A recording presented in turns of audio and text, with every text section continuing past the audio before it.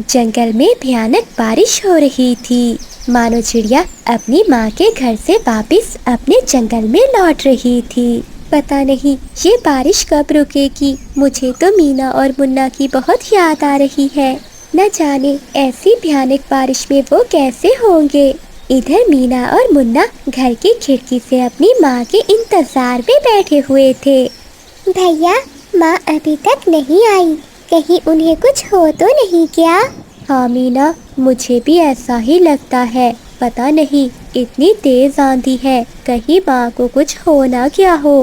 भैया, हमें चलकर माँ को देखना चाहिए। हाँ मीना, लेकिन इतनी तेज आंधी में हम लोग उड़ नहीं सकते। उधर मानो चिड़िया एक पेड़ की ऊंची डाली पर आंधी के रुकने का इंतजार कर रही थी।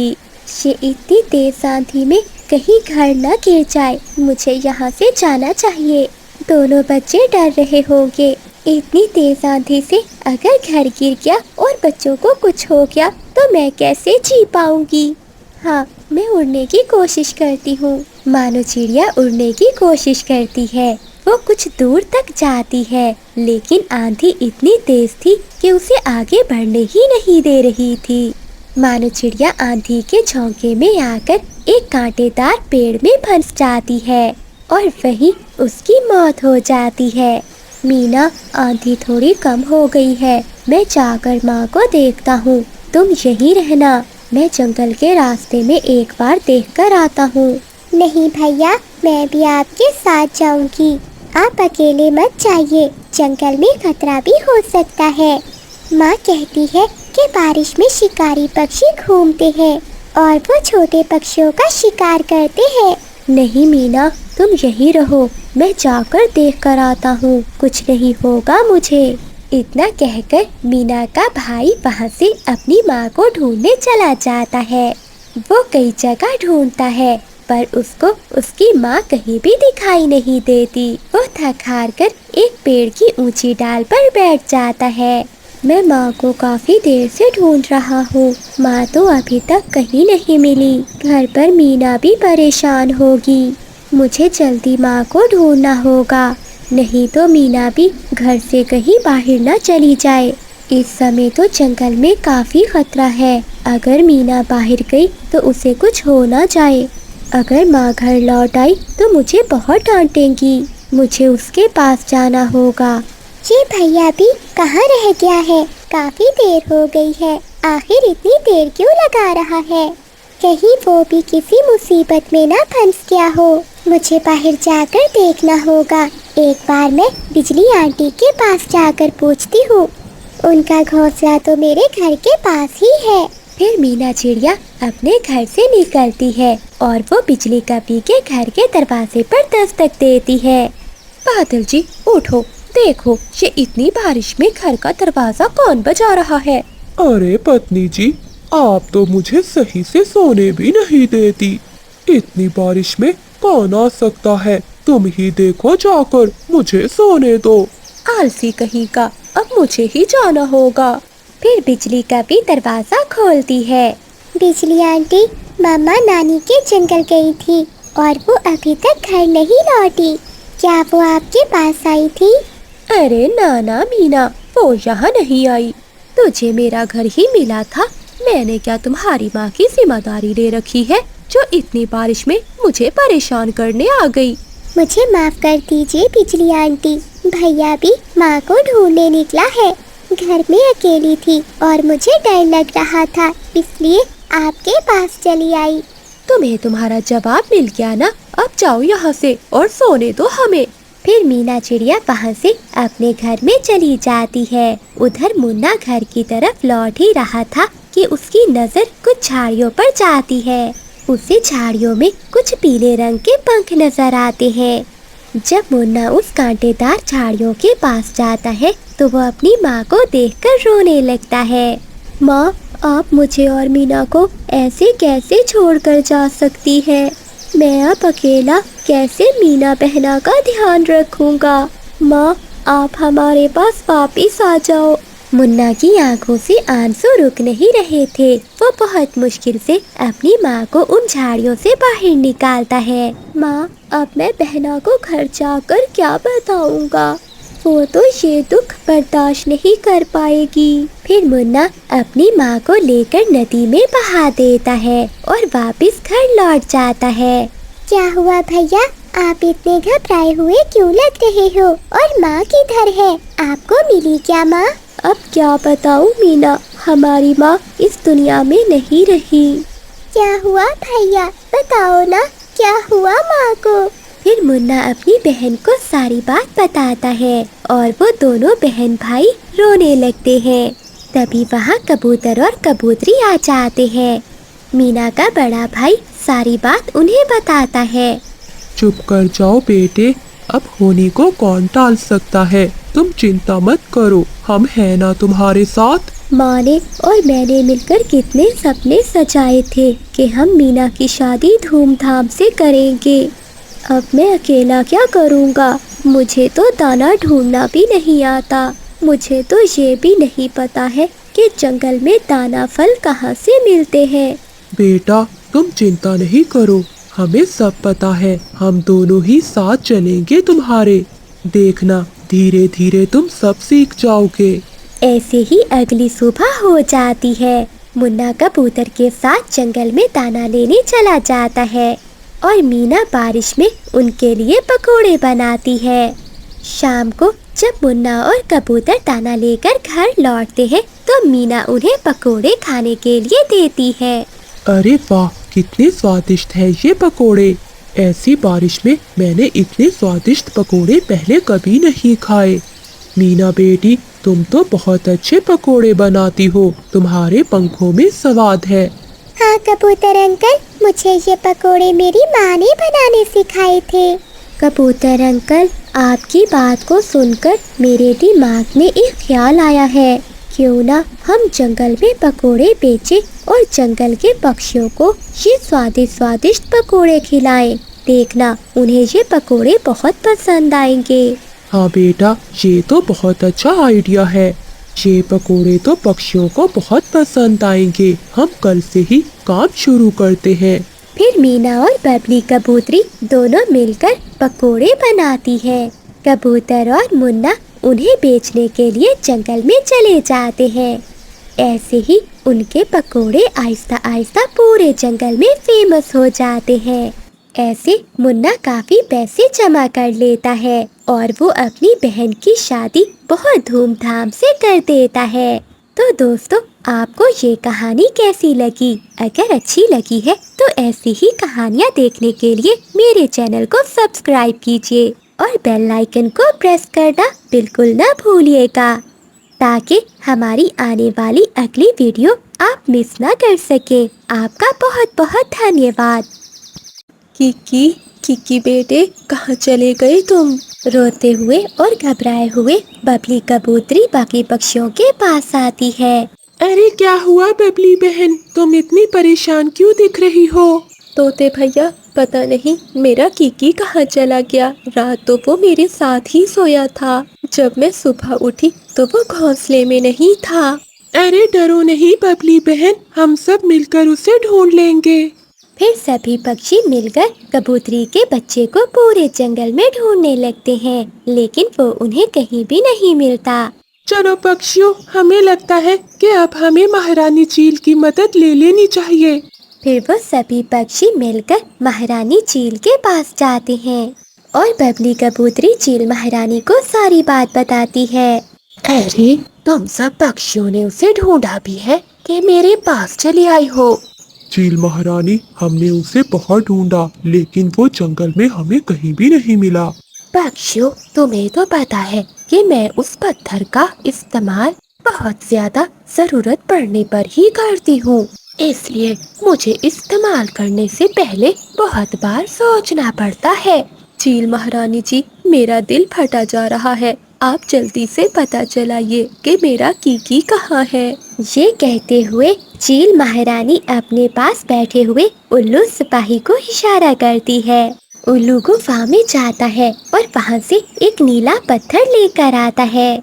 और फिर उल्लू उस नीले पत्थर से कहता है, ए जादुई नीले पत्थर, हमें बताओ कि कीकी कहाँ है। इतना कहते ही पत्थर में से आवाज आती है, छोटा कीकी कबूतर इस समय काली पहाड़ी में एक सूखे हुए पेड़ के नीचे बैठा है। मेरा बेटा कीकी, चलो कबूतरी बहन जल्दी से काली पहाड़ी चलते हैं। फिर वो सभी पक्षी काली पहाड़ी पर जाते हैं और वहाँ से छोटे कीकी को सही सलामत वापस लेकर आते हैं। चील महारानी, मुझे एक बात समझ में नहीं आई कि आप इस पत्थर को इस्तेमाल करने से मना करती हैं और फिर बाद में इस्तेमाल भी करती हैं। इस बात की समझ हमें नहीं आती। मैं जानती हूँ बबली कबूतर, लेकिन मैं चाहती हूँ कि मेरे जंगल के पक्षी आलसी ना बन जाएं। इसलिए मैं इसे इस्तेमाल करने के लिए हमेशा मना करती हूँ। लेकिन जब मैं अपने जंगल के पक्षियों को परेशान देखती हूँ तो मुझसे रहा नहीं जाता। चील महारानी, आप सच में बहुत अच्छी रानी हैं। तुम पक्षियों को शायद पता नहीं कि कोई है जो इस पत्थर को पाने में लगा हुआ है। बिजली, ये चील महारानी बहुत चालाक है। जो इसके पास नीला पत्थर है वो मुझे किसी भी सूरत में हासिल करना है। उसे ये बात मालूम है, इसीलिए तो उसने अपने जंगल के पक्षियों को समझाया हुआ है कि कितनी भी मुश्किल पड़ने पर वो पक्षी उस नीले पत्थर की बात नहीं करते।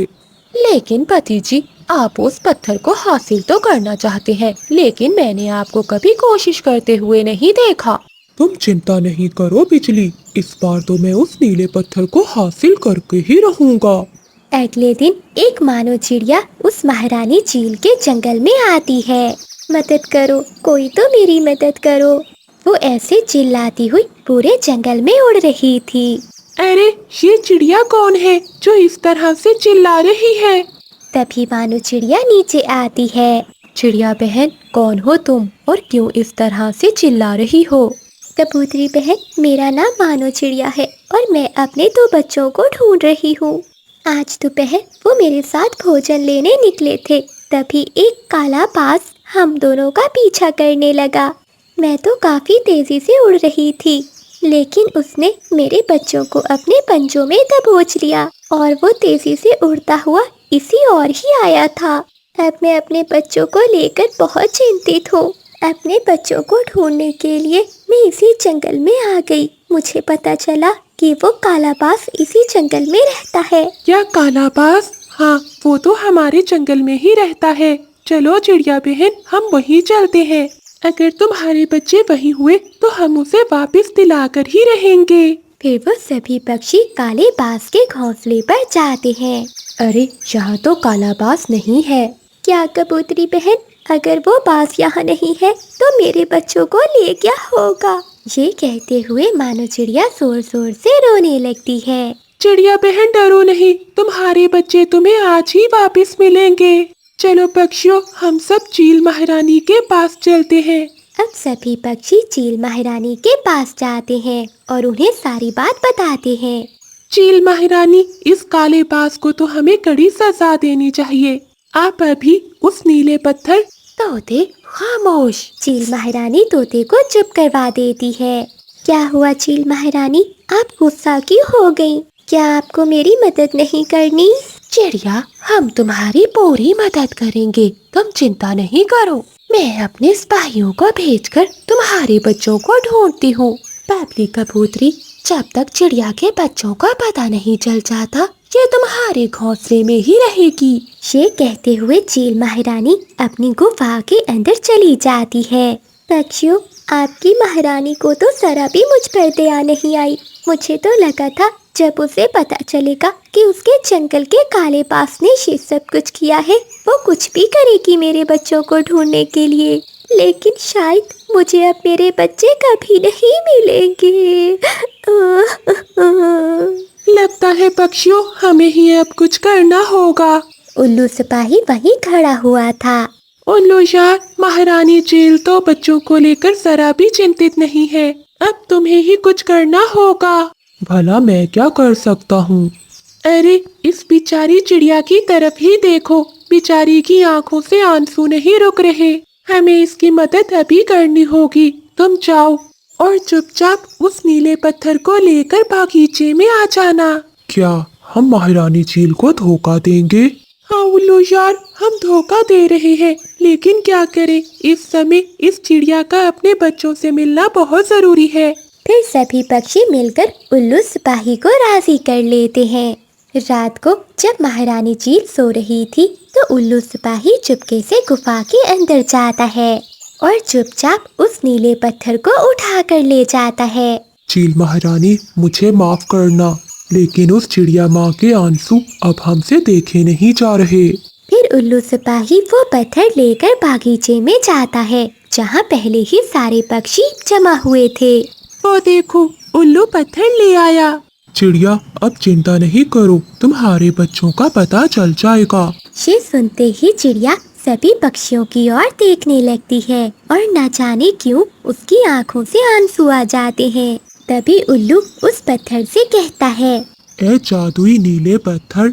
अभी उसने इतना कहा ही था कि उड़ते हुए तेजी से बादल कौवा आता है और उस पत्थर को चुरा कर ले जाता है।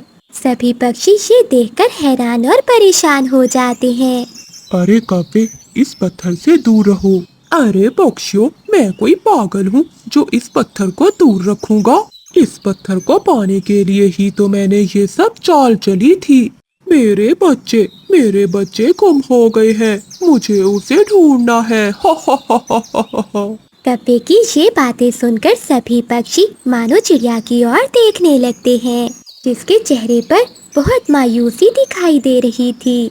चिड़िया, हमने तुम्हें इतना प्यार दिया और तुम्हारी वजह से हमने अपनी चील महारानी को धोखा दिया और तुम हमारे साथ ही ये सब कर रही थी। तभी बादल कौवा वो पत्थर लेकर वहाँ से चला जाता है। चिड़िया की आंखों से आंसू आ जाते हैं और वो रोने लगती है। चिड़िया, तुम अब हमें ये अपने झूठे आंसू मत दिखाओ, तुम्हारी असलियत सबके सामने आ गई है। तभी चील महारानी भी वहाँ आ जाती है। चील महारानी, हमें माफ कर दो, हमने आपकी बात नहीं मानी। हमारी गलती की वजह से वो जादुई नीला पत्थर वो कौवा ले गया। मैं इसीलिए तो तुम सब पक्षियों से कहती थी कि उस पत्थर के बारे में बात न करो। अब देखा ना, वो गलत पंखों में चला गया है। दोस्तों, मुझे बहुत दुख है, मैंने आप सबके साथ अच्छा नहीं किया, लेकिन इस सब में मेरी मजबूरी थी। कौवों ने मिलकर उस काले बांस के साथ मेरे बच्चों को कैद कर लिया था। उन्होंने मुझसे कहा कि अगर मैंने वो पत्थर हासिल करने में उनकी मदद ना की तो वो मेरे बच्चों को मार देंगे। इसलिए मजबूरी में मुझे ऐसा करना पड़ा, मैं धोखेबाज नहीं हूँ। मानो चिड़िया की असली परेशानी सुनकर चील महारानी भी हैरान हो जाती है। तुम सब पक्षियों को अपने किए का पछतावा है और मानो चिड़िया, तुम्हें भी अपने किए का पछतावा है। तुम सब पक्षी मेरे साथ चलो, मैं तुम्हें कुछ दिखाना चाहती हूँ। सभी पक्षी चील महारानी के साथ उसी गुफा में जाते हैं। चील महारानी उन्हें गुफा के अंदर एक नई गुफा में ले जाती है। सभी पक्षी ये देखकर हैरान हो जाते हैं कि वहाँ एक और नीला पत्थर था। अरे ये नीला पत्थर यहाँ कैसे? महारानी, वो नीला पत्थर तो मैं ही लेकर गया था ना। पक्षियों, मैं इस जंगल की महारानी हूँ और हमेशा आगे चलकर ही सोचती हूँ। जिस दिन मानो चिड़िया इस जंगल में आई थी, मैंने उसी दिन ये नीला पत्थर यहाँ रख दिया था और इसकी जगह एक नकली पत्थर वहाँ रख दिया था। मतलब यही असली जादुई पत्थर है। हाँ बबली कबूतरी। ये सब सुनकर सभी पक्षियों की जान में जान आती है और वो सब बहुत खुश होते हैं। ए जादुई नीले पत्थर, मानो चिड़िया के बच्चे जहाँ भी है उन्हें यहाँ ले आओ। चील महारानी के इतना कहते ही वो पत्थर चमक उठता है और उसमें से दो प्यारे प्यारे चिड़िया के बच्चे बाहर आते हैं, जिन्हें देखकर मानो चिड़िया बहुत खुश हो जाती है। मेरे बच्चे, मेरे बच्चे। मानो चिड़िया अपने बच्चों से मिलकर बहुत खुश होती है। दूसरी ओर वो कौवे पत्थर को पाकर बहुत खुश हो रहे थे। बिजली, अब हम इस दुनिया में कुछ भी पा सकते हैं। बादल जी, जल्दी से इस पत्थर से मांगिए मेरे लिए ढेर सारा सोना और मुझे इस जंगल की महारानी बना दो। हाँ हाँ बिजली, मांगता हूँ। फिर बादल कौवा उस पत्थर से कहता है, ए जादुई पत्थर, जल्दी से मुझे इस जंगल का राजा और मेरी पत्नी को रानी बना दो। लेकिन कोई भी जादू नहीं होता। बादल कौवे के बार बार कहने पर भी कोई जादू नहीं होता। लगता है बादल जी, उन पक्षियों ने हमें उल्लू बनाया है। क्या बिजली, हम उल्लू बन गए? मगर ऐसे कैसे हो सकता है? मानो बहन, तुम्हें तो पता है कि मेरा पति कितना झगड़ालू है। वो तो हर समय लड़ने के बहाने ढूंढता रहता है। चिंकी बहन, क्या वो आपके लिए दाना लाता है? हाँ, वो तो लाता है। अच्छा, जब वो घर आता है तो आप क्या करती हैं? मैं अपनी सहेलियों से मिलने गई होती हूँ। जब मैं वापस आती हूँ तो वो लड़ना शुरू कर देता है। अब तुम ही बताओ, इसमें मेरी क्या गलती है? चिंकी बहन, तुम गलत कह रही हो। यही तो तुम्हारी गलती है। तुम्हारा पति सारा दिन तुम्हारे और तुम्हारे बच्चों के लिए दाना लाता है, और जब वो थका हारा घर लौटता है, तुम घर पर ना हो तो लड़ना ही है उसने। जब वो आए तो कम से कम 2-3 बातें ही कर लिया करो।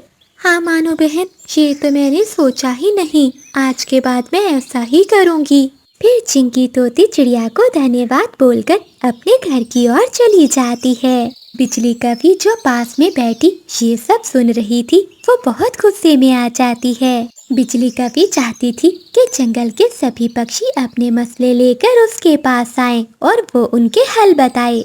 लेकिन वो ये नहीं जानती थी कि इन सब के लिए अकल की जरूरत है, जो उसके पास नहीं थी। तभी बिजली कवि अपनी सहेली उल्लू की पत्नी के पास जाती है। भौरी, तुम तो जानती हो कि वो चिड़िया कितनी चालाक है। हर समय कोई ना कोई चालाकी ही करती रहती है। जंगल के सभी पक्षियों को अपने पीछे लगा रखा है। अगर ऐसे ही चलता रहा तो वो जंगल पर कब्जा कर लेगी। हमें कुछ करना होगा। हाँ बिजली, बुरी तो वो मुझे भी बहुत लगती है। हमें कुछ ऐसा करना होगा कि सांप भी मर जाए और लाठी भी ना टूटे। भूरी सहेली, क्या मतलब है तुम्हारा? मतलब बहुत आसान है बिजली। हम मानो चिड़िया को सभी पक्षियों के सामने इतना बुरा बनाते हैं कि सभी पक्षी चिड़िया को जंगल से निकाल दें। अरे वाह भूरी, बात तो तुम्हारी ठीक है, लेकिन करना क्या होगा? बिजली, हमें मानो चिड़िया को सबके सामने चोर बनाना है। लेकिन कैसे? तुम ऐसा करो कि सभी पक्षियों के घर से 2-3 दिन दाना चुराओ। जब सभी पक्षी दाने चोरी की बात करेंगे तो हम चिड़िया को चोर बना देंगे। लेकिन कैसे भूरी? बिजली, तुम पहले ये काम करो, बाकी का प्लान मैं तुम्हें बाद में बताऊंगी। फिर बिजली कवि वहाँ से चली जाती है। वो जंगल के सभी पक्षियों के घरों से दाना चुराती है, सिवाय मानो चिड़िया के। पक्षियों, आज फिर कोई मेरे घोंसले से दाना चुरा कर ले गया है।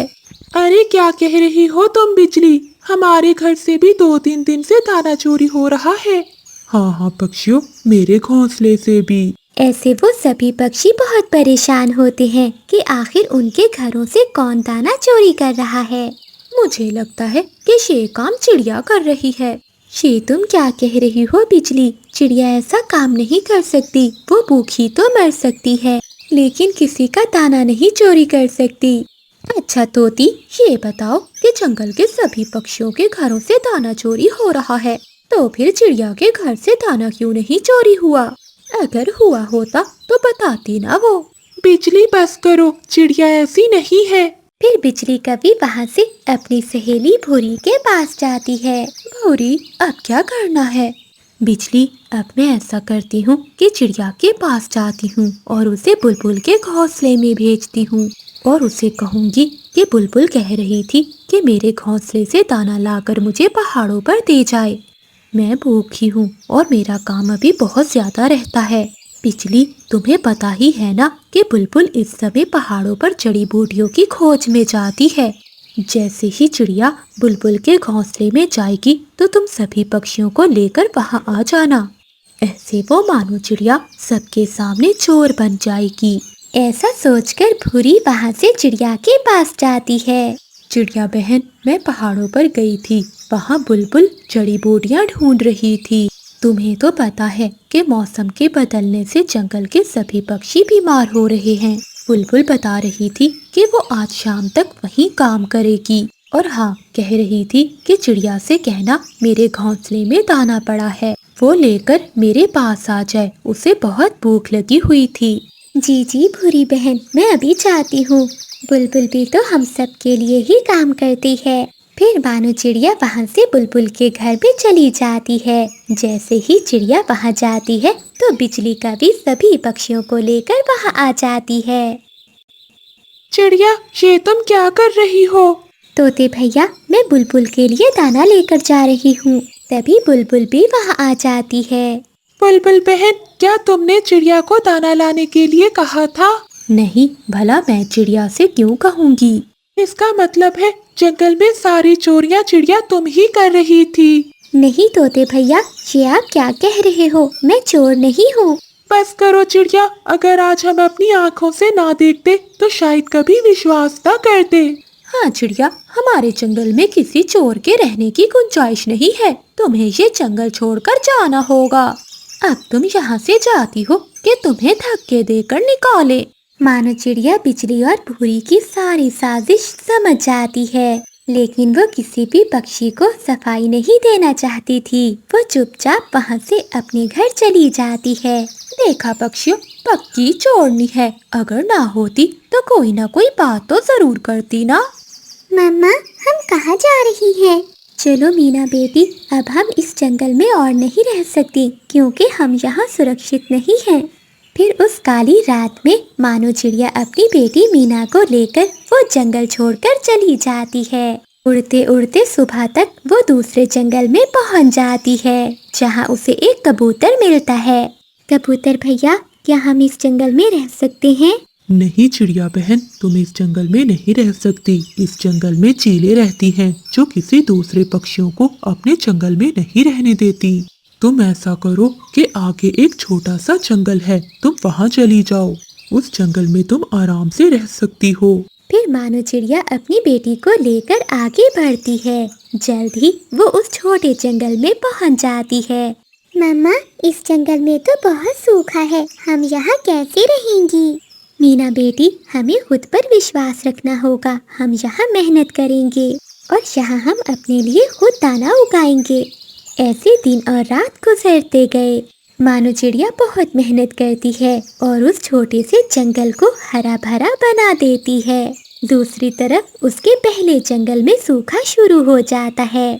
जंगल के सभी पक्षी बहुत परेशान थे। अब तो वो साथ वाले जंगल में भी नहीं जा सकते थे, क्योंकि वहाँ तो खतरनाक चीलें रहती थी।